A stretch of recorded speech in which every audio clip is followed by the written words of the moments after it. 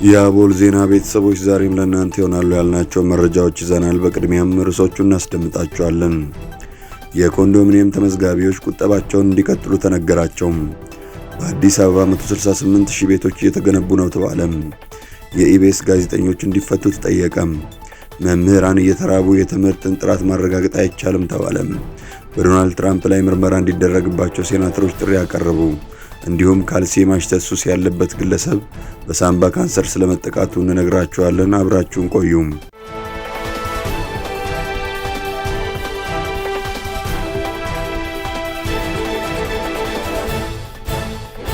ሰላም ጤና ይስጥልን። ይህ አቦል ዜና ነው። ክቡራን አድማጭ ተመልካቾቻችን ሰላማችሁ ይብዛ፣ ጤና፣ ፍቅር፣ ደስታ በእያንዳንዳችሁ ጎጆ ይግባ። ትኩሱን እፍታ ፍታውን ለእናንተ ለተከበራችሁት ይዘን መጥተናል። ቻናላችንን ላይክ፣ ሼር እና ሰብስክራይብ በማድረግ አጣጥሙልን፣ ለወዳጅ ዘመድም አጋሩልን። እናመሰግናለን። የኢቢኤስ ጋዜጠኞች እንዲፈቱ ተጠየቀም። የኢትዮጵያ ባለስልጣናት ከሰሞኑ አስረው የሽብር ክስ ያቀረቡባቸውን 7 የኢቢኤስ ጋዜጠኞች እንዲፈቱ መቀመጫውን በአሜሪካ ኒውዮርክ ያደረገው የጋዜጠኞች መብት ተሟጋች የሆነው ኮሚቴ ቱ ፕሮቴክት ጆርናሊስት ሲፒጄ አሳስቧል። ሲፒጄ በላከው መግለጫ አዲስ ምዕራፍ የተባለው የኢቢኤስ ፕሮግራም አዘጋጆች ብርቱካን ተመስገን በተባለች ግለሰብ ዙሪያ በሰሩት ፕሮግራም ለእስር መዳረጋቸውን ጠቅሶም የቴሌቪዥን ጣቢያው ባለቤት አማን ፍስሐ ጽዮን ይቅርታ መጠየቁን አንስቷል።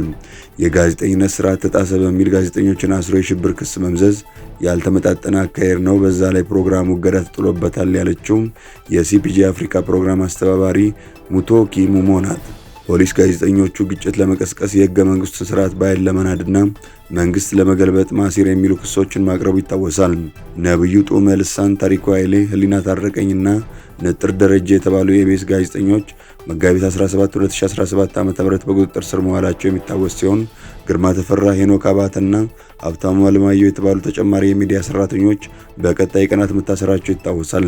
ብርቱካን የመደፈር ወንጀል የተፈጸመባትን ዩኒቨርሲቲ ያልተናገረች ሲሆን በመንግስት በተከታታይ የተሰሩ ዶክመንተሪዎችና የማስተባበያ መግለጫዎች በብዙዎች ዘንድ ጥርጣሬ አጭሯል። የታሳሪዎቹ ጋዜጠኞች ጠበቆች የኤዲቶሪያል ችግሮች በሽብር ህጉ ሳይሆን በኢትዮጵያ የሚዲያ ህግ መዳኘት እንደሚገባው ገልጸው ተከራክረዋል። ሲፒጄ በጋዜጠኞቹ እስር ዙሪያ የኢትዮጵያ ፍትህ ሚኒስቴርን ለማናገር ሞክሮ እንዳልተሳካለት ገልጿል። ከዚህ ጋር በተያያዘ መንግስታዊ የኢትዮጵያ ብሮድካስቲንግ ኮርፖሬሽን በብርቱካን ዙሪያ ትላንት ምሽት ተጨማሪ ዶክመንተሪ ሰርቶ አሰራጭቷል። በአዲስ አበባ 168,000 ቤቶች እየተገነቡ ነው ተባለ።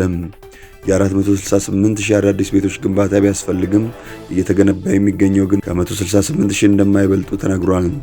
ይህ የተነገረው ለጋር አካባቢ የሚገነባው አራተኛው ቅንጡ አፓርትመንቶችና የንግድ ሱቆች መንደርን በ2 በመቶ ቅድመ ክፍያ ጊፍት ሪል ስቴት ማቅረቡን ይፋ ባደረገበት እውነት ላይ ነው።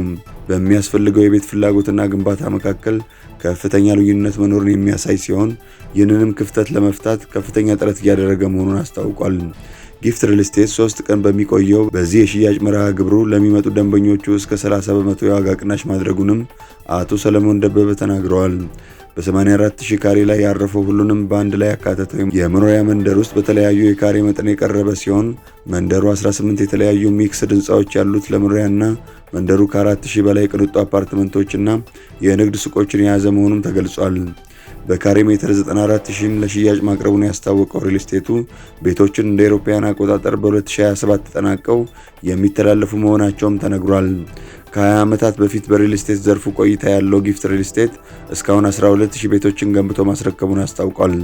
ቦሌ፣ ተክለ ሃይማኖት፣ 22 እና ለጋር አካባቢዎች በሚገኙ የሽያጭ ቦታዎች ከሚያዝያ 2 እስከ 4 ቀን 2017 ዓ.ም ድረስ ልዩ ቅናሽ የሽያጭ መርሃ ግብሩ እንደሚቆይ ተሰምቷል። መምህራን እየተራቡ የትምህርትን ጥራት ማረጋገጥ አይቻልም ተባለም። ትውልድ ፊደል ቆጥሮ ከህልሙ እንዲደርስ መንገድ ጥራጊው አቅጣጫ ጠቋሚ መምህር ለሙያው የሚከፈለው ክፍያ ዝቅተኛ በመሆኑ ለማስተማር ፍላጎት እንዲያጣ ምክንያት እንደሆነ ጥናት አሳይቷል። በደባርቅ ዩኒቨርሲቲ መምህር የሆኑት አቶ ፈለቀ ወርቁ የዩኒቨርሲቲ መምህራን ሀገር እንድትቀጥል የማድረግ ኃላፊነት እንዳለባቸው ተናግረው ይህን ማድረግ የሚችሉት ግን ሳይርባቸው ማስተማር ሲችሉ ነው ብለዋል። የዩኒቨርሲቲ መምህራን እየተራቡ ሀገርን አያሰቡም። መምህሩ አሁን ለመምህራን እየተከፈለ ያለው ክፍያ ከአንድ የባንክ ቤት ጥበቃ ሰራተኛ ያነሰ ነው ሲሉ ነግረውናል። በዚህ ምክንያት መምህሩ ሙያውን ለቆ ወደ ሌላ ስራ እየገባ ነው ያሉት አቶ ፈለቀ ወርቁም መምህሩ ኑሮ አይደለም እየኖረ ያለው ከኑሮ በታች ነው ብለዋል። የመምህር ኑሮ በቃል የሚገለጽ አይደለም። ከሚያስተምረው የሚማረው ተማሪ የተሻለ ለብሶ እየገባ የተሻለ ኑሮ እየኖረ በሁሉ ነገር ዝቅ ያለ መምህር እንዴት ነው ተማሪ ፊት ቆሞ ማስተማር የሚችለው ሲሉ ጠይቀዋል። መምህሩ ዛሬ የተቀደደ ሱሪ ነው ለብሶ የሚሄደው፣ ካልሲ መቀየሪያ አጥቷል ሲሉም መምህሩ ተናግረዋል። ባለፈው ሳምንት የትምህርት ሚኒስቴር የ12ኛ ክፍል ብሔራዊ ፈተና ውጤት ማሽቆልቆልን ምክንያት ለማወቅ ያስጠናው ጥናት መምህራን የሚከፈላቸው ክፍያ ዝቅተኛ መሆኑ የማስተማር ፍላጎታቸው ላይ ተጽዕኖ ማሳደሩን የጠቆመ ነበር። ጥናቱ ለውይይት በሕዝብ እንደራሴዎች ምክር ቤት በቀረበበት ወቅት በውይይቱ የተሳተፉ የትምህርት ተቋማት የሥራ ኃላፊዎች፣ መምህራንና የምክር ቤት አባላት የትምህርት ጥራትን ለማረጋገጥ የመምህራን ኑሮ ማሻሻል ተገቢ እንደሆነ አስረድተዋል። በወቅቱ የተገኙትና ማብራሪያ የሰጡት የትምህርት ሚኒስትር ፕሮፌሰር ብርሃኑ ነጋም የመምህራንን የኑሮ ደረጃ ለማሻሻል ከፋይናንስ ስርዓት ጋር ለማስተሳሰር እየተሰራ ነው ብለዋል። ይሁንና የመምህራን የደሞዝ ጥያቄ ጠቅላይ ሚኒስትሩ ድረስ ቢደርስም ለዓመታት እልባት ሳያገኝ የቀጠለ ጉዳይ ሆኗል። የኮንዶሚኒየም ተመዝጋቢዎች ቁጠባቸውን እንዲቀጥሉ ተነገራቸው።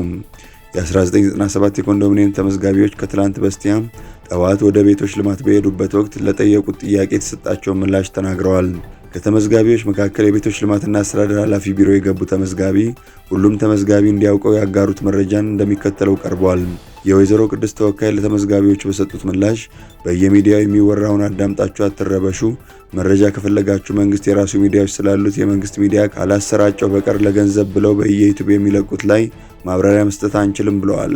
ኃላፊው ይህንን የተናገሩት ሰሞኑን በተለያዩ የዩቲዩብ ቻናሎች መቆጠብ ስላለበት የገንዘብ መጠንና የተመዝጋቢዎች ጉዳይ ያልተረጋገጠ መረጃ በመተላለፉ ምክንያት ነው ተብሏል። የእናንተ ቁጠባ ያለው ባንክ ሲሆን ቤቶች ልማት 5 ሳንቲም አልነካም፣ ባንኩም እንዲነካ አይፈቅድለትም። በዚህ ላይ የሚወሩ ወሬዎችና ግምታዊ አስተሳሰቦች ሁሉ መሰረተ ቢስ ናቸው። መንግስት ምንም ተስፋ የላችሁም ብሎ አያምንም። እንደዚያ ቢያስብ ብራችሁን አውጡና ውሰዱ ይላችሁ ነበር።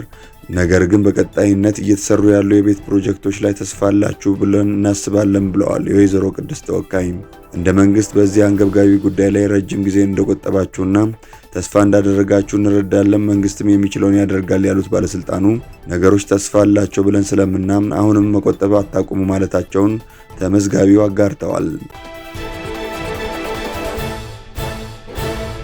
ካልሲ የማሽተት ሱስ ያለበት አንድ ግለሰብ በሳምባ ፈንገስ በሽታ ተጠቃም።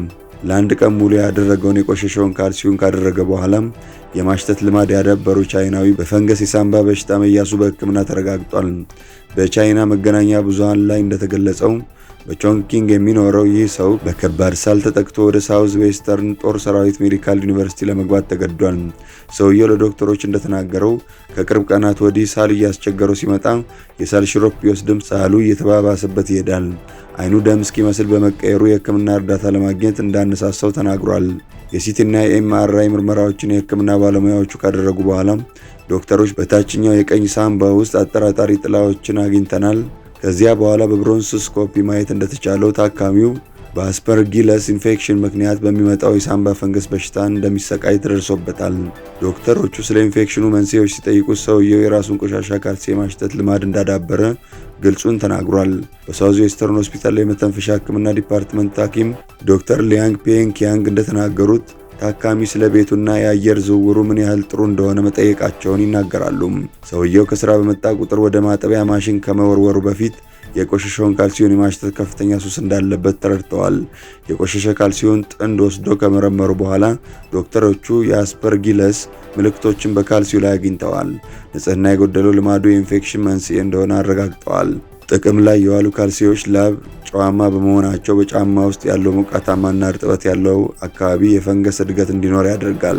የቆሸሹት ካልሲዮች የግለሰቡ የራሱ ቢሆንም እንኳን አደገኛ ፈንገስና ባክቴሪያዎችን በመያዛቸው በተደጋጋሚ የማሽተት ልምድ የጤና አደጋን ይጨምራል።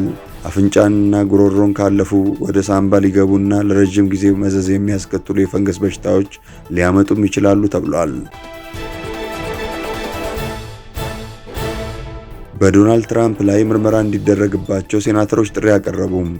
በርካታ የአሜሪካ ሴናተሮች ፕሬዝዳንት ዶናልድ ትራምፕ በውስጥ ንግድ ወይም ገበያ ማጭበርበር ፈጽመው እንደሆነ ምርመራ እንዲደረግባቸው ጥሪ አቅርበዋል። የሴናተሮቹ ጥሪ የተሰማው ፕሬዝዳንት ዶናልድ ትራምፕ በበርካታ ሀገራት ላይ የጣሉትን ከፍተኛ ቀረጥ ማዘግየታቸውን ይፋ ከማድረጋቸው በፊት ሰዎች አክሲዮን እንዲገዙ ማበረታታቸውን ተከትሎ ነው። ዴሞክራት የካሊፎርኒያ ሴናተር አዳም ሼፍ በኤክስ ገጻቸው ስለ ትራምፕ የቀረጥ ፍሰት ቀድሞ የሚያውቅ በአስተዳደር ውስጥ ማን ነው? በህዝብ ወጪስ አክሲዮን ገዝቶ ወይም ሸጦ ያገኛል? ሲሉ በጠየቁት መልእክት ለዋይት ሀውስ ህዝቡ ሁሉንም ነገር የማወቅ መብት አለው ብለዋል። የዲሞክራት ፋይናንስ አገልግሎት ኮሚቴ አባላት በበኩላቸው የዩናይትድ ስቴትስ ፕሬዝዳንት ቃል በቃል በዓለም ትልቁ የገበያ ማጭበርበር ዘዴ ውስጥ እየተሳተፉ ነው ሲሉ ትራምፕን ከሰዋቸዋል። ፕሬዝዳንት ዶናልድ ትራምፕ የዎል ስትሪት የመገበያያ ቋት ከመከፈቱ ጥቂት ቀደም ብለው ጊዜው አክሲዮን የመግዣ ነው የሚል መልእክት አስተላልፈዋል። ፕሬዝዳንቱ መልእክቱን ባስተላለፉ ሰዓታት ውስጥ ከቻይና በቀር በበርካታ ሀገራት ላይ የጣሉትን ከፍተኛ ቀረጥ ለ90 ቀናት ማዘግየታቸውን ይፋ አድርገዋል። የፕሬዝዳንቱ ውሳኔ የአውሮፓ ህብረትን ጨምሮ ከበርካታ ሀገራት ድጋፍ ሲያገኝ፣ አሜሪካውያኑ ዲሞክራቶች ግን ፕሬዝዳንቱን በማብጠልጠል ምርመራ ይደረግባቸው ዘንድ ግፊት በማድረግ ላይ ይገኛሉ። ክቡራን አድማጭ ተመልካቾቻችን ስለተከታተላችሁ እናመሰግናለን። የደወል ምልክቷን በመጫን አቦላችንን በትኩሱና በፍታው ሁልጊዜ እንዲደርሳችሁ አድርጎም ለወዳጆቻችሁም በፍቅርና በቅንነት አጋሩ። ጡም ቡናችንን አቦል ግብዣችንን ይዘን ወደ በኋላ እንመለሳለን። በቸር ያቆየን።